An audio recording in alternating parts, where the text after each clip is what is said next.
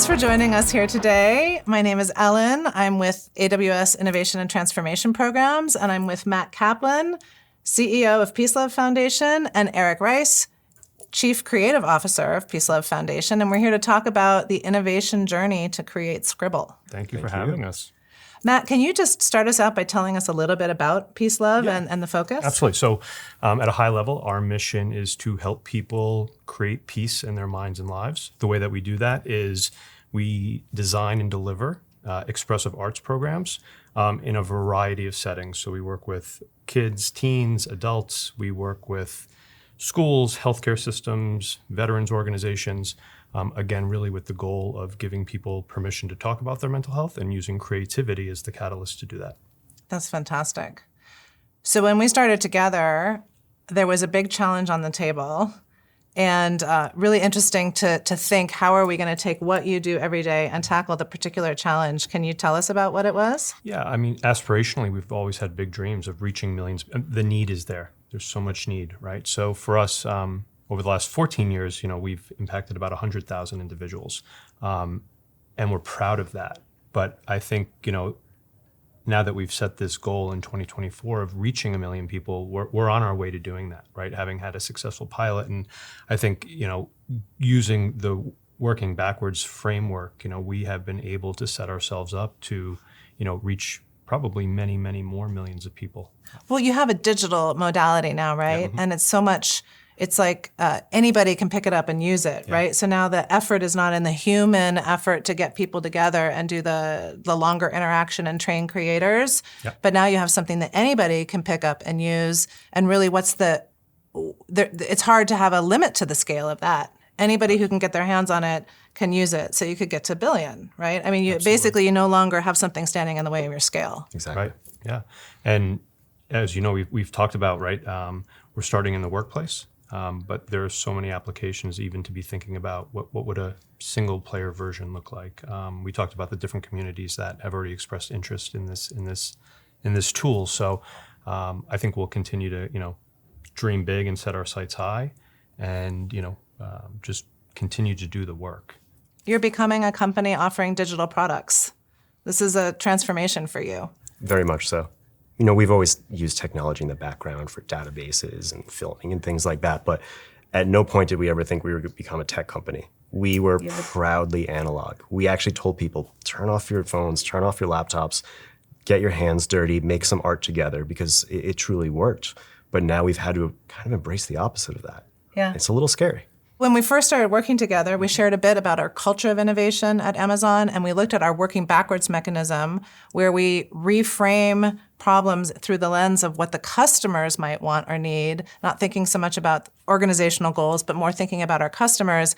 And then we work to define the most important problem to solve for those customers and start with something quite specific as an invention that we can then test and iterate upon in order to bring a solution to life quickly. What was that process like for you, moving away from your goal to scale to 1 million to start looking at, but who's the customer?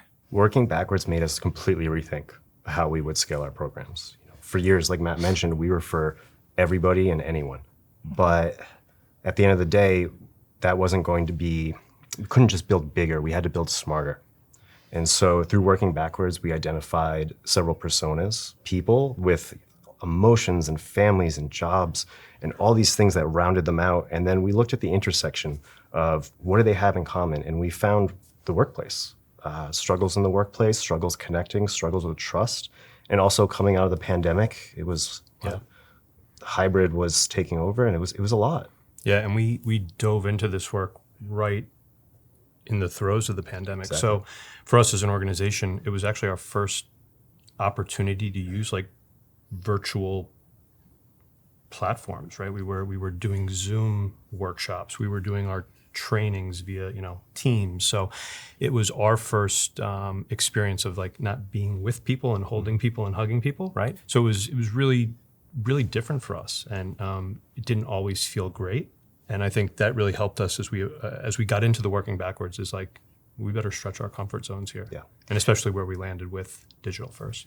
And we found many personas, and there are many that we can still look back and go back and serve moving forward. But we're starting with one place for the very good first place to start to do something new, right? And we chose the adult, and the adult goes to work. That's part of the life, but it's also integrating their family and their social pressures and aspects. And so where can you meet people and potentially meet many people as a starting point? What's the front door to meet them? It can be through the workplace. And many organizations are interested in bringing wellness to their employees. So that's where we decided to start. Now, I know we looked at many potential solutions. So what was that about? Framing the challenge, and then how do you decide what's the right thing to build once you know what the problem is, right? Working backwards really helped us define exactly the person that we wanted to serve. And then we put that idea out to all sorts of different friends, companies, partners, asking for ideas.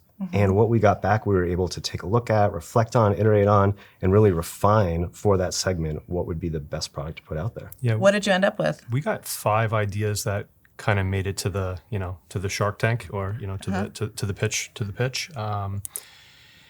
We had like a co-branded Mr. Potato Head expressive arts kit that like an employee could do with their kids, right? Can I have that too? You can have it. It didn't get selected, but we had a robot for in your home that could be like a virtual, healthcare assistant. We had a virtual in the metaverse where you could, I think it was called Story World, where people would share their mental health journeys through some type of a creative output, and you could learn about what other people were going through, right? So we had it ran the scope of analog to digital, but To highly tech. yeah, to high tech, and we actually landed on something that I think we were really comfortable with, which was a game called Pieces of Mind at the time, right? Where an analog game, a board game that would bring people together, help people connect, and that game, as much as we loved it, through the working backwards process, we're all sitting there and we're going through this exercise and we're like,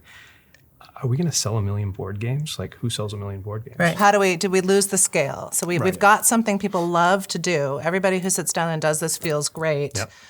How do we bring it into the workplace, and will it scale to 1 million, right? What's the process there? I know we had a document where we were writing down the vision and asking these hard questions and having debates. Yeah. Where did we go? The one nice part about the analog game is it really helped us identify the core of our modality. We ask people, or we give them space to be creative and tell us a story. And it worked as an analog game. And so when we decided to pivot into the digital game, I think we weren't as scared to approach technology like we had been in the past. Yeah, but it was also like, there was like an aha moment when you were there. Yeah. There were 20 of us around a table playing a game, and we all kind of looked at each other, and I think it was Sanju who said, well, why don't we just do this digital first? Right. And, sounded great. We've never done anything digital in our life. So for us, it was, Right. If we're drawing on a paper, could we draw on our phones? and I think over the Right? course of the next 2 hours, right, we whiteboarded how we would take a analog game and how we would convert it to a digital product. And it was fun. It was fun. And we ended up selecting that as our pilot product, and we set out to build that MLP right from there. We talk about customer testimonials and what do customers say and what do customers feel and what do customers, we test. How do customers think about this new concept? You've been taking it around. You've been sharing it. I know we piloted it at Amazon through our Epic Leadership Program. I know we had more than 500 sessions and amazing feedback at Amazon. What else are you hearing out there? It's surreal. It's surreal. Definitely the things that we never thought of when we put it out into the world. Companies telling us that they're having better meetings, more productive meetings. One of my favorite stories is a AWS leader who was using it and had never heard the voice of somebody on his team before. Wow. They were always in the meeting, and they were always present, and they always got their work done, but they had never spoken up. And now those people who are never speaking up are the ones talking the most when it comes to the game. So explain a little bit what the experience is so that everybody can understand. What is it that we do together that makes people suddenly be able to engage, to feel that they're included, to have their voice heard, to feel comfortable? What is this process? Yeah, so our approach is bringing people together, right? And building meaningful connections. So the process is you take out your phone, you scan a QR code, a host is running the game, a prompt hits the screen. It might be blank gives me peace of mind. And everybody has 60 seconds. Most people take 30. And you scribble with your finger on a phone. And it is about the process. It's not about the product. And it is fun. It is easy to engage with. And it is amazing how many barriers that breaks down. Because when it comes to sharing now, you see this cool game board, all these pieces, all this art, and then you share. I see my dog on the screen. Exactly. And then I get to talk about it. And then I learn that you have a dog and I have a dog and we connect. And it just really breaks down all these barriers that exist, especially in the hybrid work environment. To Eric's point earlier, some people aren't included in the conversation. There are people that have great ideas, but might not just jump in and be the first to talk. So this levels the playing field. I think you said it earlier. It's like a door opener, like an on-ramp. And what we find if there were 10 of us playing and it's a 10-minute game, it's probably closer to a 7-minute game, you will learn, and we've heard this, I've learned more about my fellow coworkers, or I've learned more about my boss in a 7-minute game than I have in 2 years. Yeah, it's really amazing. I've done it with teams that I've been part of, and I feel like we've scribbled together. Yeah. It's like we have this thing that we've done together. We're connected in that way, and we learned from each other.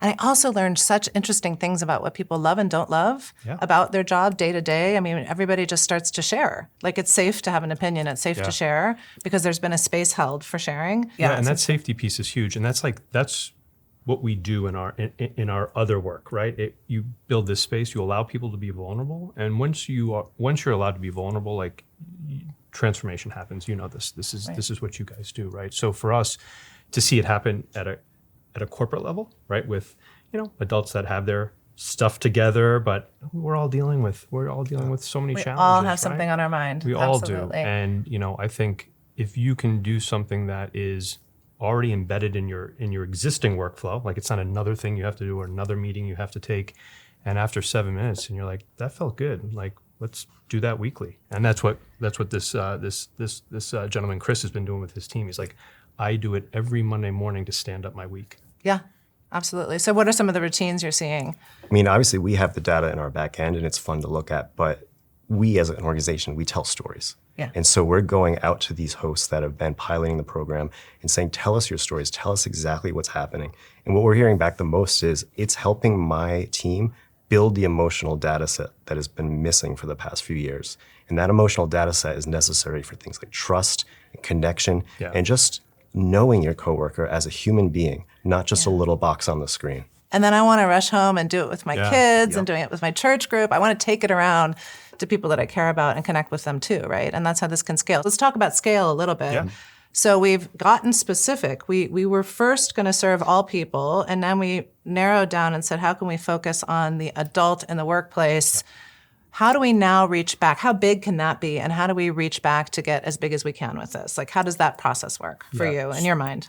So the easiest way to answer that question is, I think it's limitless how many people we can reach, right? I know that when having worked with Epic, right, their goal is to impact 1 billion people, right? That's a real number that they talk about, and it's possible, right? So I think for us, the most interesting thing, and maybe one of the most rewarding things, is when we play this game and we show it to somebody, everybody has a use case in their head. Yeah. Like, hey, I would love to do this with my faith-based group, or I work with veterans, and this would be like a great way to kick off, a meeting. One example, we work with a very large group in the mental health space, and they work with underinsured or uninsured youth through schools. So they're like, every counselor should have this game, and they should use it as like their orientation to, like, for teachers.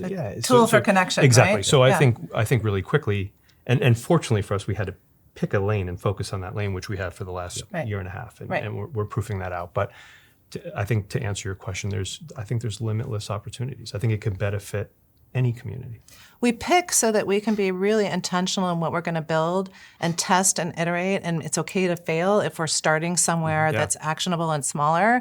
But the idea is, of course, that we're going to look and see how big can it be, right, with every invention.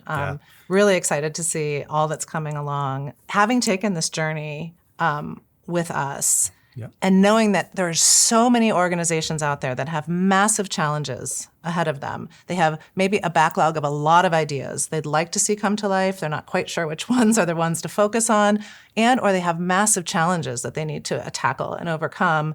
What advice could you give them after going through this process that might resonate? Trust it. Trust the process. We were just talking about other segments, opening up new segments. We're going to go back and we're going to do it again, and we're going to refine the product for those segments. We now have that tool set that we learned through working backwards to do it properly. Yeah, the only thing I would add to that is, we stretched our comfort zone like you can't imagine, right? Well, I saw you do it. Yeah, I know. So, but it was, and as scary as that is and as challenging as that was, it was super rewarding because we were not going to reach 1 million people doing how we did it. It was scary.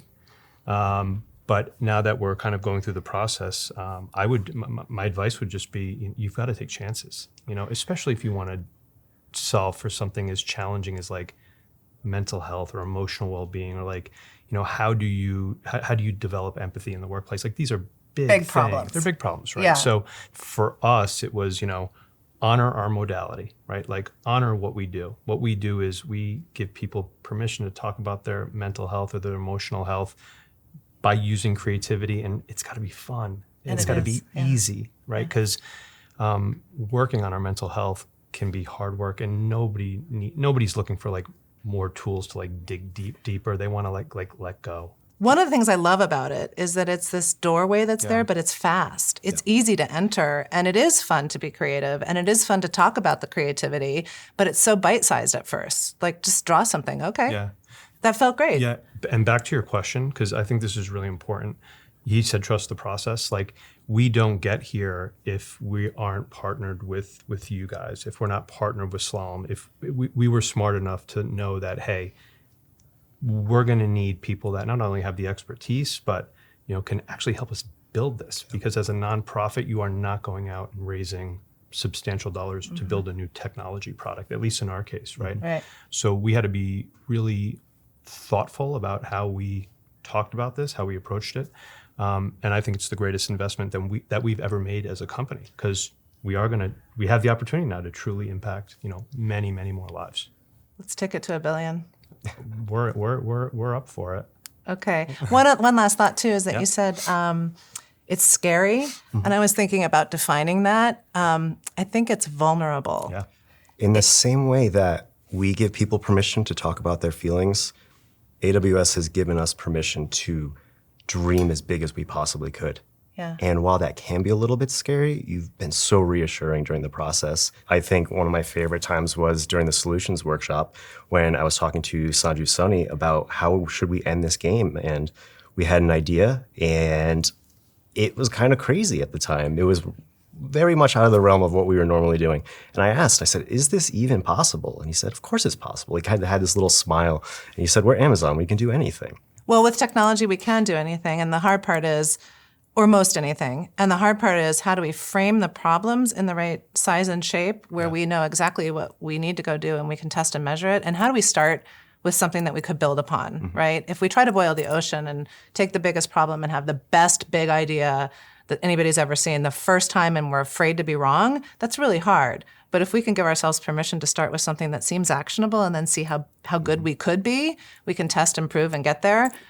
Yeah. That's not hard. That's fun, right? But the vulnerability piece is a big part of it, and just being vulnerable about being honest about where are we and how much do we know our customer or not know our customer, and how honest are we being about where we need to go. And that I think we worked through that process a lot, like in our partnership, and that as you bring partners into the fold, they can continue to follow along the process in order to make sense of it. And I love that. I don't know who said it, but it was like, if you can do something, because we always want it to be perfect. We want to give like our best effort. We want to put the best product in front of people.